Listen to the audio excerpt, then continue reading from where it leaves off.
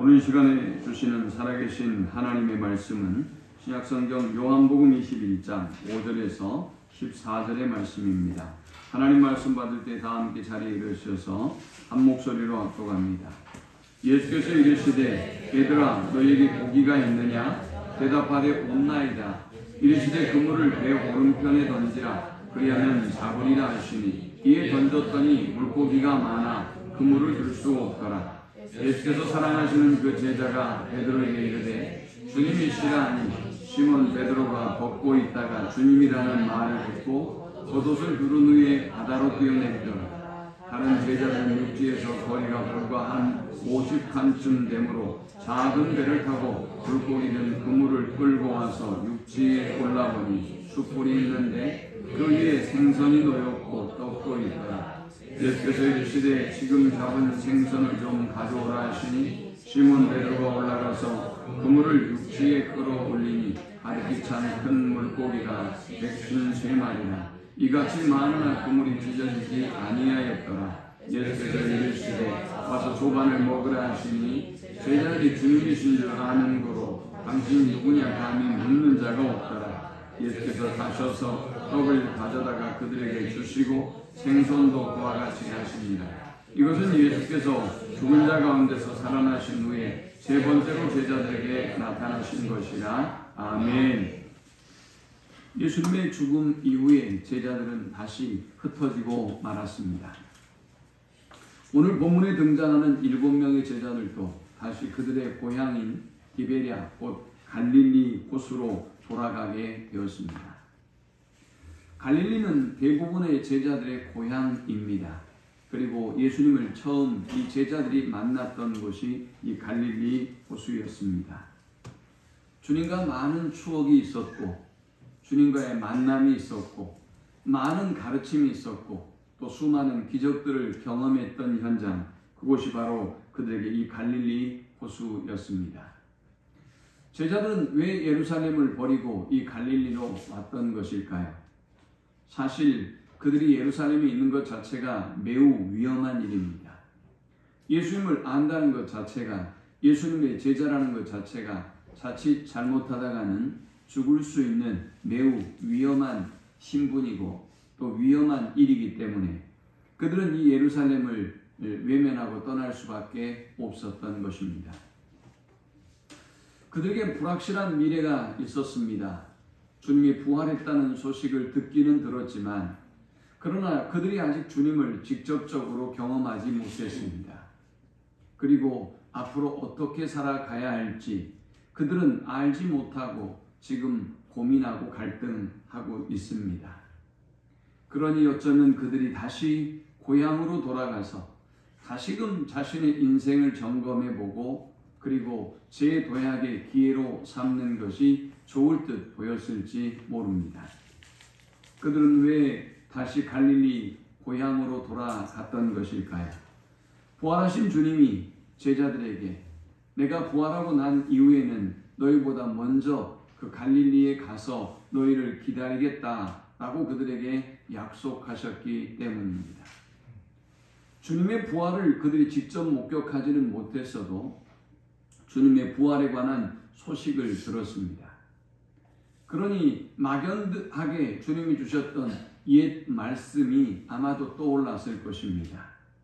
그곳에 가면 이제 우리가 부활의 주님을 만나게 될 것이고 그곳에 가면 우리가 이 부활의 주님을 만나고 난 이후에는 뭔가 그 부활의 주님이 우리의 어떤 인생의 목자가 되어주시고 우리 인생의 가이드가 되어주실 것이며 어떤 해법을 제시해 줄 것이라는 막연한 기대감을 가지고 그들은 이 갈릴리로 향했던 것입니다. 누가복음 5장에는 오늘 본문과 비슷한 내용의 이야기가 등장합니다. 누가복음 5장에는 예수님이 제자들을 처음 만나서 이 제자들을 부르셨을 때의 이야기가 소개되고 있습니다. 예수님은 시몬 베드로의 배를 타셨고 그리고 무리가 너무 많아서 그 무리들과 멀찍이 떨어져서 베드로의 배를 강단 삼아 많은 무리에게 하나님의 말씀을 전파하고 가르쳤습니다. 그리고 주님은 시몬 베드로에게 그물을 깊은 데로 가서 내리라 라고 말씀하셨고, 베드로는 그 말씀대로 그물을 깊은 데로 내렸고, 그리고 많은 물고기를 잡게 되었습니다. 누가복음 5장은 이렇게 말씀합니다. 말씀을 마치시고 시몬에게 이르시되 깊은 데로 가서 그물을 내려 고기를 잡으라. 시몬이 대답하여 이르되 선생님, 우리들이 밤이 새도록 수고하였으되 잡은 것이 없지만은 말씀에 의지하여 내가 그물을 내리리이다 하고 했습니다.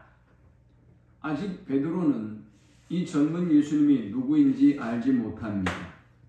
그래서 그를 선생님이라고 고백했습니다. 그는 밤새 고기를 잡으려 애를 썼지만 그러나 잡지 못했습니다.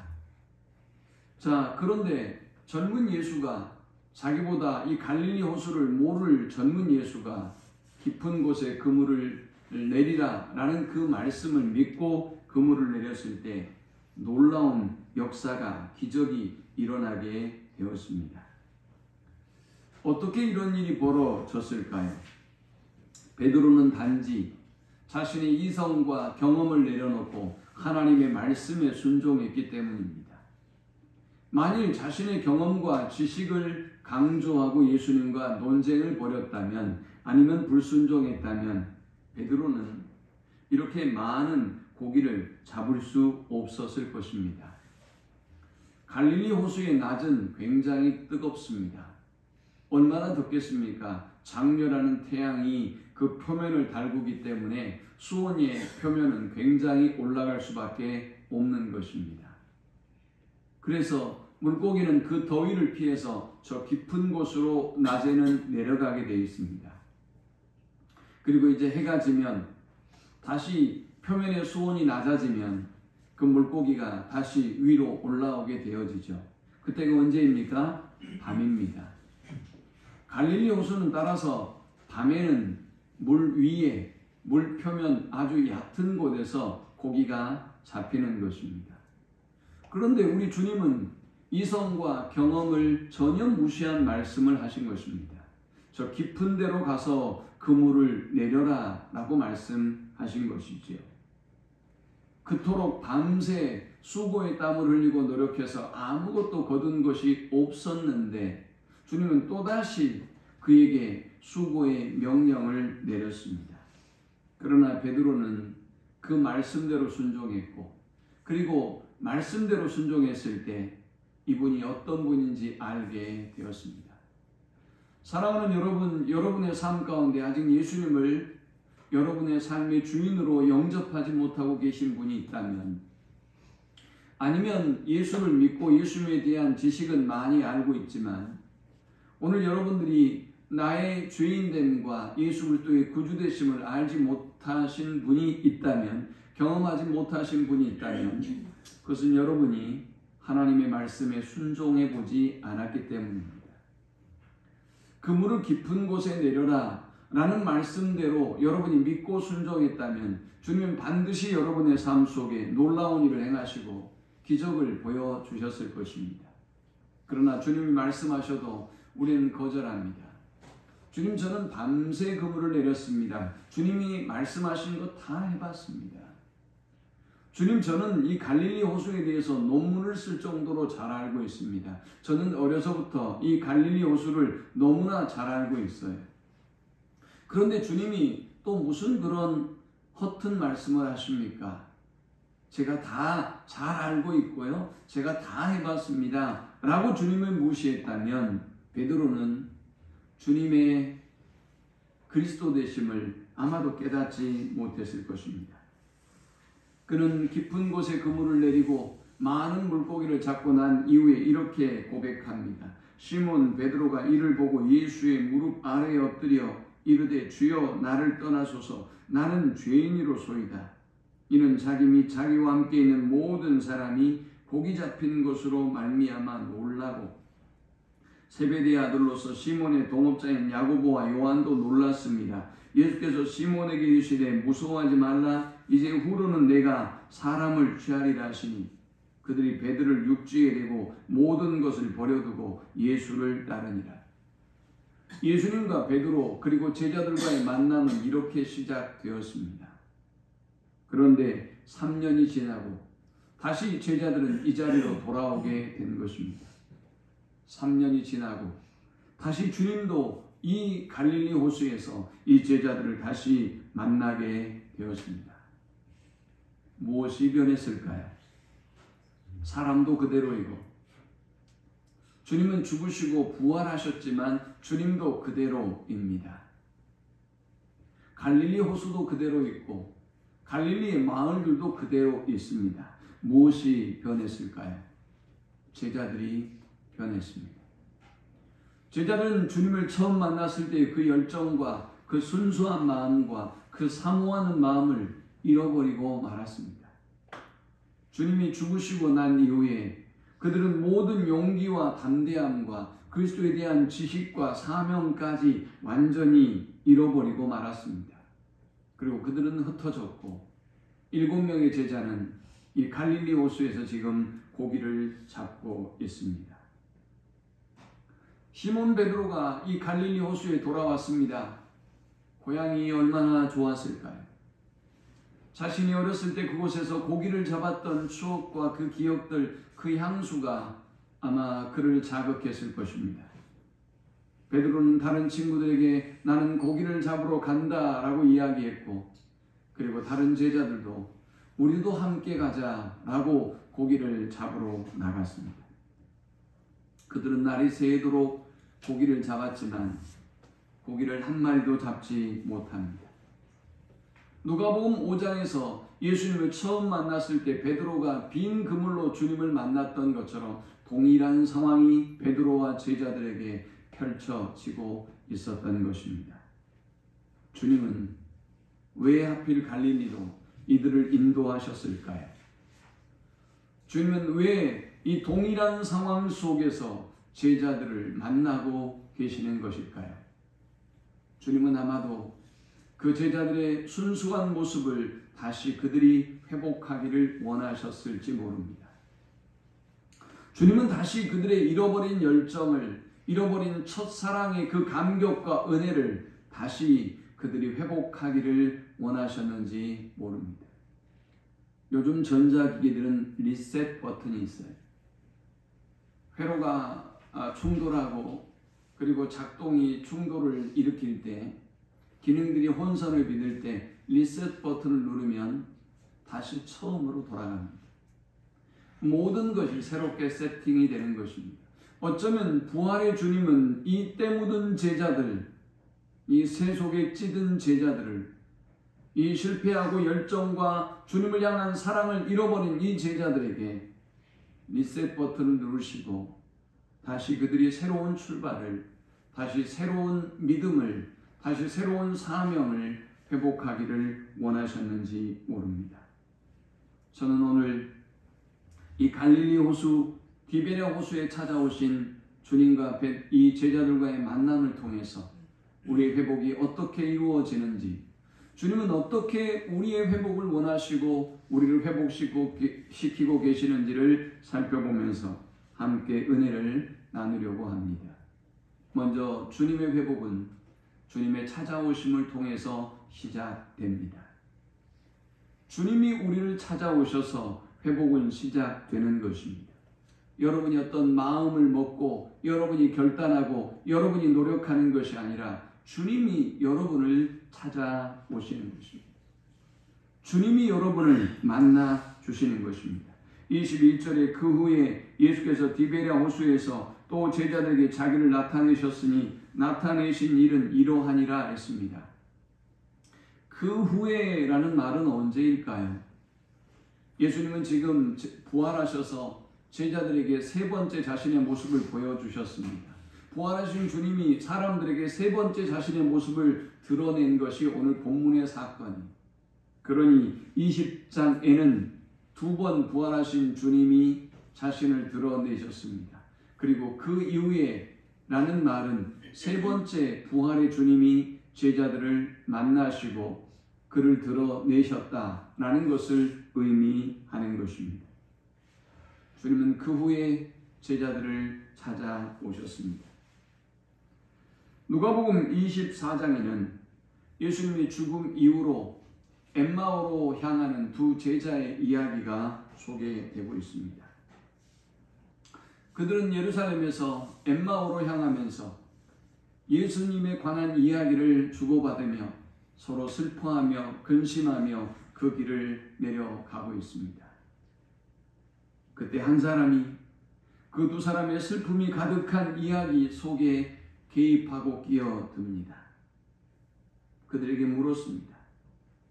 그들이 서로 이야기하며 문의할 때 예수께서 가까이 이르러 그들과 동행하시나 그들의 눈이 가리워져서 그인 줄 알아보지 못하거늘 예수께서 이르시되 너희가 길 가면서 서로 주고받고 하는 이야기가 무엇이냐 하시니 두 사람이 슬픈 빛을 띠고 머물러 서더라.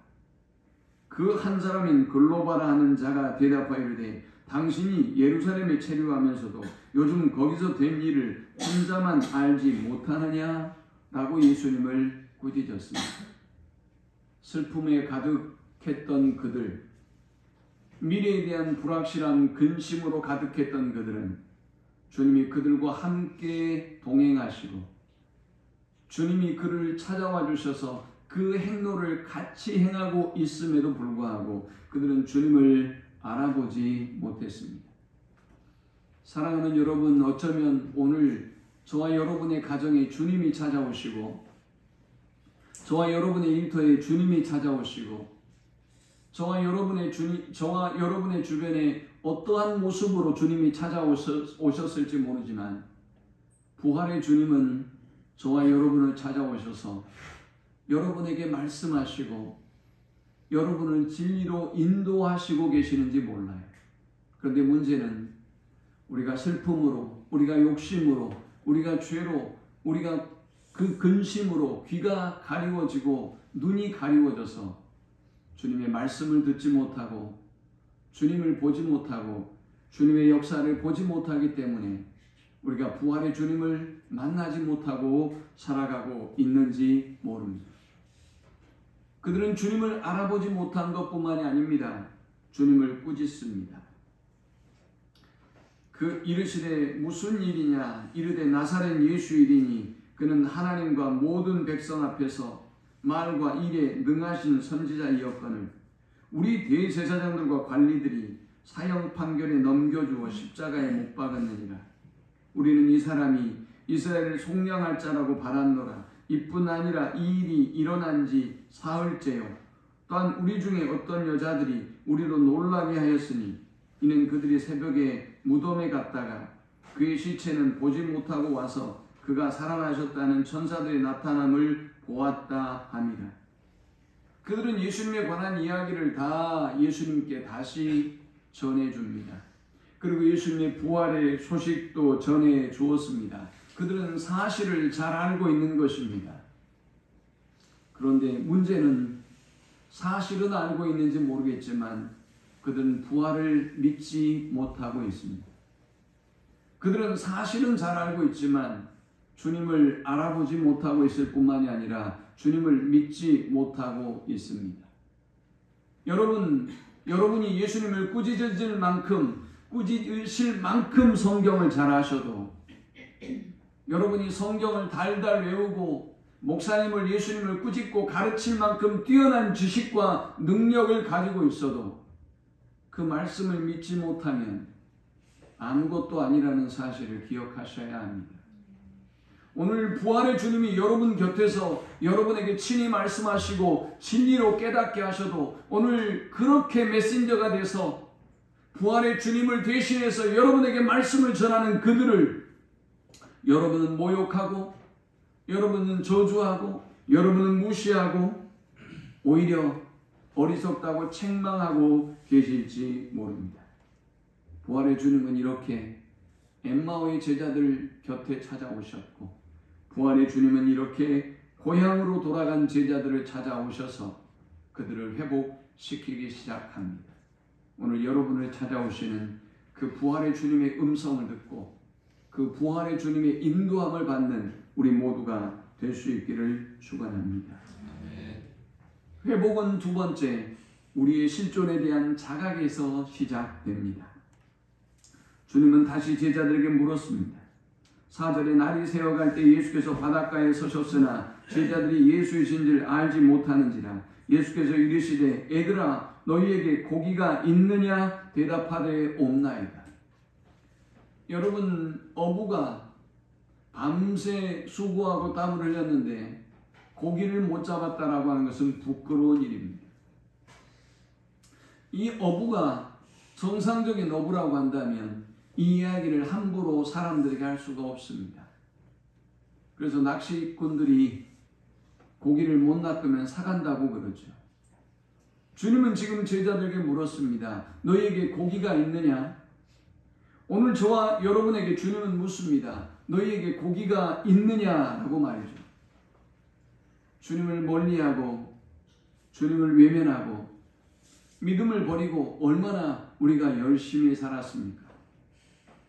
얼마나 건강을 관리하기 위해서 최선을 다했고 얼마나 여러분의 자녀들을 위하여 수고의 땀을 흘렸습니까?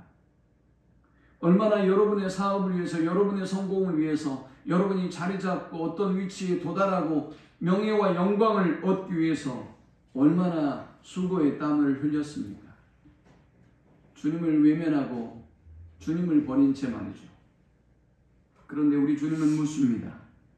그래서 지금 너의 배는 고기가 가득하냐라고 묻습니다. 주님은 그런 우리에게 묻습니다. 지금 그렇다면 너의 그물은 가득하냐라고 말이죠. 오늘 주님은 저와 여러분에게 과연 너는 어떤 상태인지, 너는 지금 어떤 영적인 상태이며 너는 무엇을 잃었고 무엇을 얻었는지 우리가 알기를 원하시고 주님은 그렇게 묻고 있습니다. 시편 127편 1절을 말씀합니다. 여호와께서 집을 세우지 아니하시면 세우는 자의 수고가 헛되며 여호와께서 성을 지키지 아니하시면 파수꾼의 깨어있음이 헛되도다. 요한복음 15장에도 우리가 그분 안에 거할 때만 많은 열매를 맺을 수 있다고 주님은 말씀합니다. 내 안에 거하라. 나도 너희 안에 거하리라. 가지가 포도나무에 붙어있지 아니하면 스스로 열매를 맺을 수 없음 같이 너희도 내 안에 있지 아니하면 그러하리라. 사람이 내 안에 거하지 아니하면 가지처럼 밖에 버려져 마르나니 사람들이 그것을 모아 불에 던져 사르느니라. 너희가 내 안에 거하고 내 말이 너희 안에 거하면 무엇이든지 원하는 대로 구하라. 그리하면 이루리라. 사랑하는 성도 여러분, 오늘 주님은 여러분에게 묻습니다. 여러분의 실존은 안녕한지 묻습니다. 여러분의 그물은 고기로 가득하신지, 여러분의 가정은 고기로 가득하신지, 오늘 여러분의 인생은 고기로 가득하는지 주님은 여러분의 실존의 상태를 여러분이 발견하고 깨닫고 있는 그대로 주님 앞에 고백하기를 원하십니다. 주님을 만나지 못하는 대부분의 사람들은 허세가 있어요. 위선이 있어요. 빈배를 인정하지 못해요. 괜찮다고 말해요. 아무 문제 없다고 말해요. 잘 된다고 말합니다. 그런 위선적인 마음, 그런 위선적인 상태로는 부활의 주님, 우리를 찾아오셔서 만나주기를 원하시는 주님을 만날 수 없다는 사실을 기억하십시오. 세 번째 회복은 주님의 말씀에 순종할 때 회복의 역사가 시작됩니다. 주님은 얘들아 라고 부드러운 음성으로 제자들을 불렀습니다. 너희에게 고기가 있느냐 라고 3년 전에 있었던 베드로에게 던진 질문처럼 똑같은 질문을 던졌습니다. 그리고 그들에게 그물을 다시 배 오른편에 던지라. 그리하면 잡으리라 하셨습니다. 여러분 바다를 아십니까?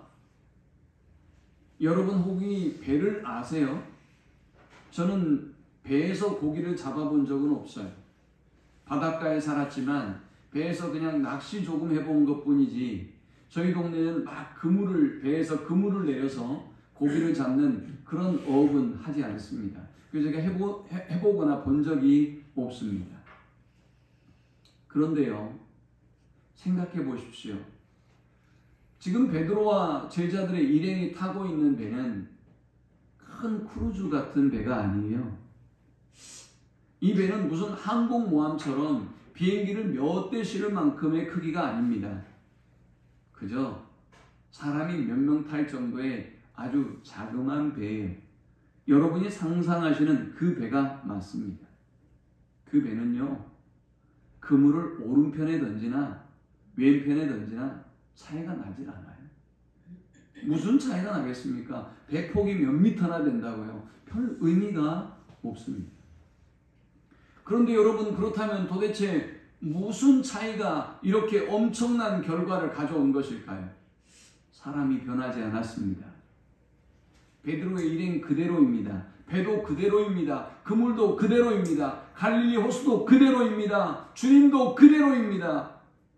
그런데 도대체 무엇 때문에 깊은 곳에 가서 그물을 내렸을 때, 혹은 오른쪽에 그물을 내렸을 때 그물이 찢어지는 그런 놀라운 풍어를 누리게 된 것일까요? 그것은 주님의 말씀에 순종했기 때문입니다. 사랑하는 여러분, 오른쪽 왼쪽 똑같다고요. 이 바다 저 바다 똑같아요. 그런데 그것이 주님의 명령이냐 아니냐의 차이가 이렇게 엄청난 결과를 가져온다는 사실을 기억하십시오. 여러분의 인생에 우리가 선택지가 많지 않아요. 순식간에 여러분의 직장이 바뀌는 것도 아니고 매일 직장 생활하는 사람들에게 어떤 놀라운 기적이 일어나는 것도 아니죠. 그런데 우리가 도대체 어떻게 살아야 잘 살 수 있다는 말입니까? 우리가 도대체 어떻게 살아야 많은 열매를 거둘 수 있는 하나님의 놀라운 은혜를 입을 수 있는 삶을 살아갈 수 있다는 것입니까? 말씀에 순종할 때 하나님께서는 우리의 삶 가운데 이런 놀라운 기적과 은혜를 부어주신다고 말씀하셨습니다. 오늘 회복은 하나님의 말씀에 대한 순종에서 시작됩니다. 여러분, 시험에 든 사람들 절대 순종 안 합니다. 시험에 든 사람들이 순종하는 거 보셨어요? 그런데 놀랍게도 회복하는 사람은 순종합니다. 이해되지 않아도, 합당하지 않는 것 같아도 하나님이 말씀하시면, 또 주의 종이나 교사들이 말씀하면 아멘이라고 순종하고 그렇게 따르는 사람에게 하나님은 일하시고 놀라운 은혜를 베풀어 주시는 것입니다. 시편 19편에는 이렇게 말씀합니다. 여호와의 율법은 완전하여 영혼을 소성시키며 여호와의 증거는 확실하여 우둔한 자를 지혜롭게 하며 여호와의 교훈은 정직하여 마음을 기쁘게 하고 여호와의 계명은 순결하여 눈을 밝게 하도다. 여호와를 경외하는 도는 정결하여 영원까지 이르고 여호와의 법도 진실하여 다 의로우니 금곧 많은 순금보다 더 사모할 것이며 꿀과 송이꿀보다 더 달도다. 또 주의 종이 이것으로 경고를 받고 이것을 지킴으로 상이 크니이다. 말씀을 의지하고 말씀을 실천하는 사람들에게 하나님은 은혜를 베풀어 주시고 기적을 행하여 주시며 그들에게 지혜를 주시고 의의 길로 인도해 주신다라고 말씀하고 있습니다. 왜 우리가 하나님의 말씀에 순종해야 하는 것일까요? 하나님의 말씀은 살아있고 운동력이 있는 말씀이기 때문에 그렇습니다. 사람의 말은 죽어요. 사람의 말은 변해요. 사람의 말은 좋은 열매를 맺지 못하게 할 때가 많습니다. 그러나 우리 하나님의 말씀은 1.1획도 틀림이 없는 살아있는 말씀이기 때문에 우리가 하나님의 말씀에 순종해야 되고, 우리가 말씀에 순종할 때 놀라운 회복의 역사가, 기적이 시작되는 것입니다. 그래서 여호수아 1장 8절에 하나님은 여호수아에게, 두려워하는 여호수아에게 이렇게 말씀했습니다. 이 율법책을 내 입에서 떠나지 말게 하며 주야로 그것을 묵상하여 그 안에 기록된 대로 다 지켜 행하라. 그리하면 내 길이 평탄하게 될 것이며 내가 형통하리라. 하나님의 말씀에 순종하는 시간, 우리는 회복의 역사를 경험하게 됩니다. 하나님의 말씀에 순종하는 때 하나님은 우리의 삶을 형통하게 하시고 큰 은혜와 기적을 행하여 주십니다. 또 회복은 주님을 향한 사랑이 회복될 때 회복의 역사가 시작됩니다. 주님은 오늘 베드로에게 이렇게 말씀하셨습니다. 그들이 조반 먹은 후에 15절입니다. 그들이 조반 먹은 후에 예수께서 시몬 베드로에게 이르시되 요한의 아들 시몬아 내가 이 사람들보다 나를 더 사랑하느냐 하시니 이르되 주님 그러하나이다. 내가 주님을 사랑하는 줄 주님께서 아시나이다. 이르시되 내 어린 양을 먹이라 하시고 하셨습니다. 우리는 이 15절의 말씀 속에서 베드로가 시험에 들 수밖에 없었던, 베드로가 실패할 수밖에 없었던 이유를 발견하게 됩니다. 주님은 베드로에게 물었습니다. 요한의 아들 시몬아 내가 이 사람들보다 나를 더 사랑하느냐? 내가 이 사람들보다 나를 더 사랑하느냐 그랬습니다. 다른 성경에는 이것들보다 나를 더 사랑하느냐 라고 기록되어 있습니다. 사랑하는 여러분, 왜 우리가 시험에 드는 것일까요? 왜 우리가 주님과의 관계가 깨지고 파괴되고 주님을 멀리하게 되는 것일까요? 주님보다 사람을 더 사랑하기 때문입니다. 주님보다 물질을 사랑하고 세상을 사랑하고 그 어떤 것, 쾌락을 사랑하기 때문에 우리가 주님과 멀어지게 되는 것입니다. 베드로와 다른 제자들은 주님을 따르면서도 그들의 숨은 동기를 가지고 있었습니다. 주님을 통해서 그들은 그들의 꿈, 그들의 야망을 이루고 싶어 했습니다. 그러나 주님의 죽음과 더불어 그들은 주님을 통해서 그 어떤 목적도 달성하지 못했습니다. 오히려 더 위험한 현실만 남아 있었던 것입니다. 그래서 그들은 흩어지고 말았습니다. 주님은 잘 알고 있었습니다. 베드로가 넘어지는 이유를 말입니다. 베드로는 호언장담하고 죽으면 죽을지언정 내가 주님을 부인하지 않겠다고 말했지만 그 인간의 연약함을 우리 주님은 너무나 잘 알고 있었습니다. 주님은 실패하고 다시 베드로를 만난 이 상황에서 실패의 원인을 책임을 묻지 않습니다. 그를 책망하지도 않으셨습니다. 주님은 저와 여러분을 너무 잘 알고 계시기 때문입니다. 저와 여러분은 저는 그렇지 않습니다. 저는 제가 알아서 합니다. 제가 제 믿음은 지킵니다. 라고 여러분이 장담하실지 모르겠지만 그래도 제 기본적인 믿음은 변하지 않습니다. 주님이라고 이야기할지 모르지만 주님은 저와 여러분을 너무나 잘 알고 있습니다.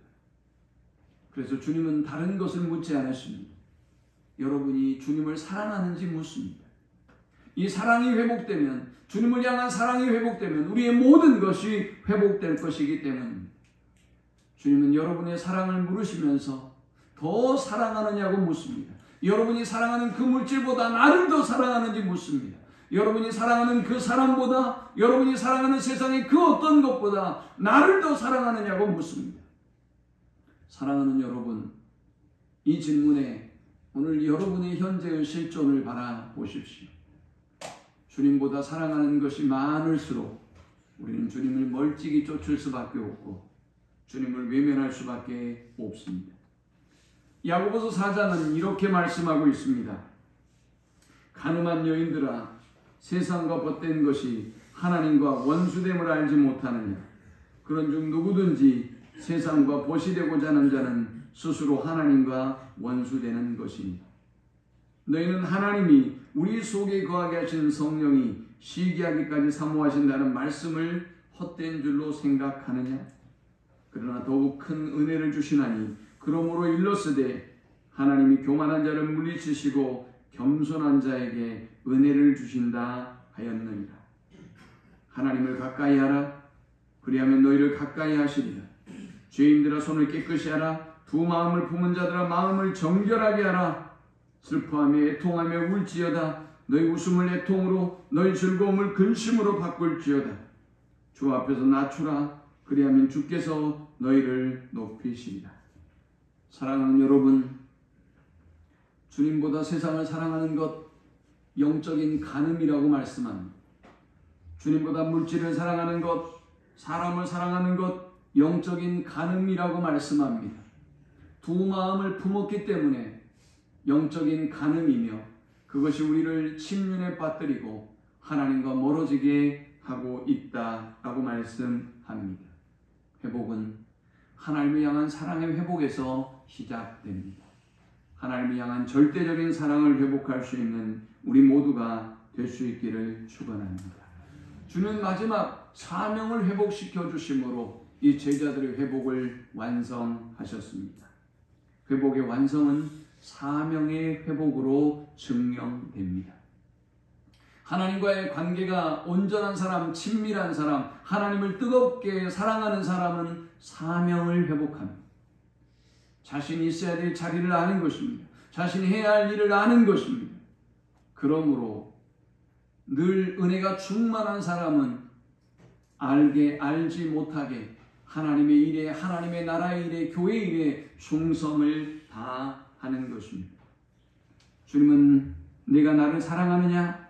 내가 저 사람들보다 나를 더 사랑하느냐? 물으시고 3번이나 반복해서 물으시고 확인하고 난 이후에 또 3번 동일하게 말씀하셨습니다.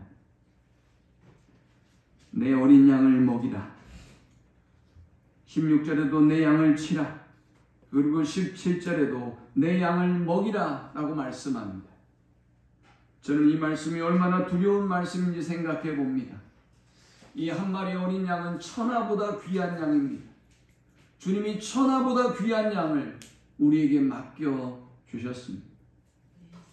충성스러운 베드로에게 맡겨주신 것이 아닙니다. 주님을 배신하고 떠난 베드로와 제자에게 맡겨주신 것입니다.